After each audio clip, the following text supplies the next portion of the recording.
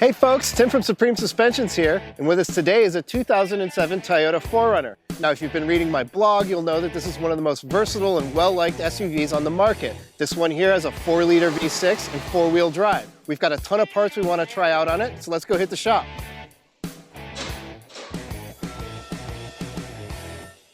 Once you get the wheels off, disconnect the wheel speed sensor from the back of the hub and unclip the wiring. Don't forget the bracket on the control arm. Undo the brake line from the hub assembly. Next up is the brake caliper. You can leave the line connected, but make sure it doesn't get kinked or stretched. Then you're going to want to go after the sway bar link.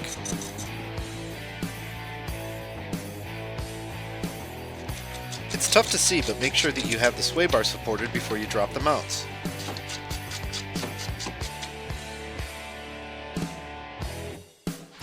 Disconnect the lower ball joint from the hub assembly by pulling the 2 outer bolts. Next, you're going to unbolt the strut from the control arm. Here you'll need to mark the alignment cams on the control arm so it can go back together in the same spot. Now loosen those bolts just enough for the control arm to swing down. At this point, you can undo those upper strut mount nuts. And wiggle that strut assembly down and out of the truck. Over at the bench, slide that lift spacer onto the top of the strut and torque it down with the factory nuts to 47 foot-pounds. Slide the strut back into the truck and secure the upper mount with the supplied bolts to 47 foot-pounds. Attach the strut to the lower control arm and run the nut down to 100 foot-pounds. Attach the ball joint assembly to the bottom of the steering knuckle and tighten the bolts to 166 foot-pounds each.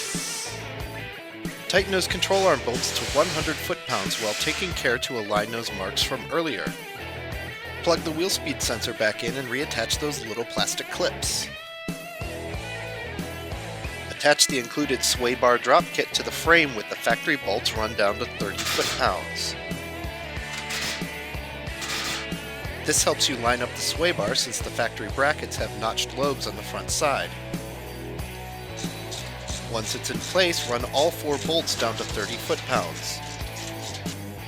Now you can reattach the sway bar end links and tighten the nuts to 52 foot-pounds. Remove the front skid plate as well as the front bolts from the rear skid plate. Note that the bolts are recessed and can be a little tricky to find. Install the smaller included spacers between the rear skid plate and the frame. Tighten those bolts to 20 foot-pounds. Remove the front differential bolts. Note that there are nuts on top of the cross member that will need to be held in place. Slide the included diff drop spacers between the differential mounts and the cross members. Secure them with the included hardware tightened to 100 foot-pounds. Once that's all back together, install the front skid plate and tighten those bolts to 20 foot-pounds.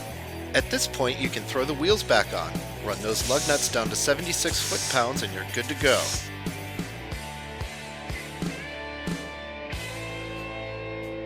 Okay, so today we installed a 3-inch lift in the front, and while we were at it, we installed a sway bar drop and a differential drop to keep those front end components in line. On top of all of that, the car came to us with a set of Supreme Suspensions wheel spacers already installed. We really love how the stance is now, so I'm going to go find a place to get it dirty.